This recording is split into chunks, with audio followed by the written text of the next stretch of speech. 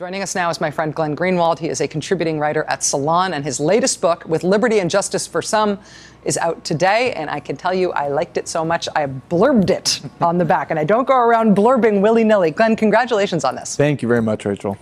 What is you highlight the pardon of Nixon as an important sort of political inflection point in modern American politics. What of that rationale do you still see surviving in American politics?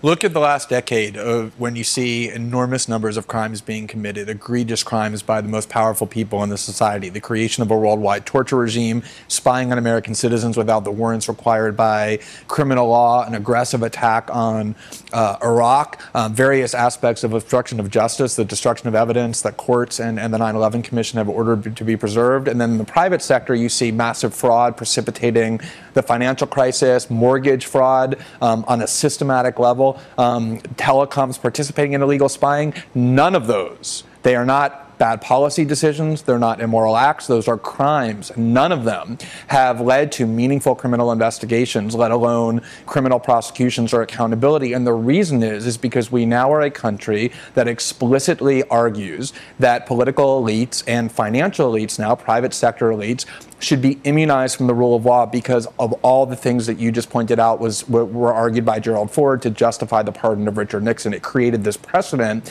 and this mindset that has now seeped into the private sector as well, that the rule of law is only for what Occupy Wall Street calls the 99%. And that is an important, that last transition point, that it became not just something, not just an unpleasantness to be avoided, but it became an active political good to insulate elites from accountability for the good of the institutions that they represent, for the good of the nation's stability. That justified all of the pardons of the Reagan administration officials after Iran-Contra.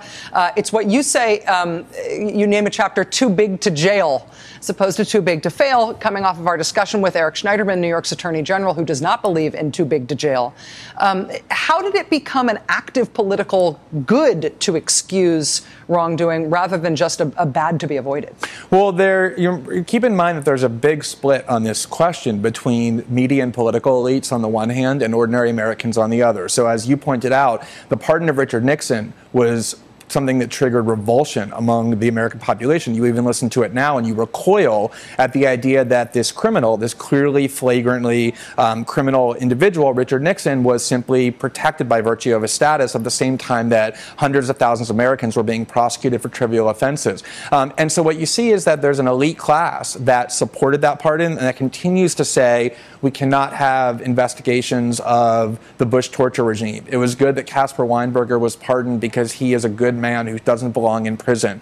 And so you see this elite class whose interest it is to maintain this elite immunity, constantly arguing for it. Whereas if you look at polls, it's not just the pardon of Richard Nixon that triggers revulsion. At the beginning of the Obama presidency, large percentages of Americans, majorities, wanted investigations into whether the Bush torture scheme, whether the eavesdropping program, whether the obstruction of justice were criminal and illegal, because inculcated in the American mind is the idea that we are all equal before the law. And it's because we're not that you see such citizen anger and the loss of faith in the legitimacy of political institutions. And the reason that we have faith in those institutions is not just because they are institutions and they are stable, but because we want to believe they are just. And that is I think, a trenchant point and a confrontational one, and I think you make it beautifully, Glenn. So thank you for writing this book. I think it's a really big deal, and I think it's really important. Thank you for having me, Rachel. Appreciate it.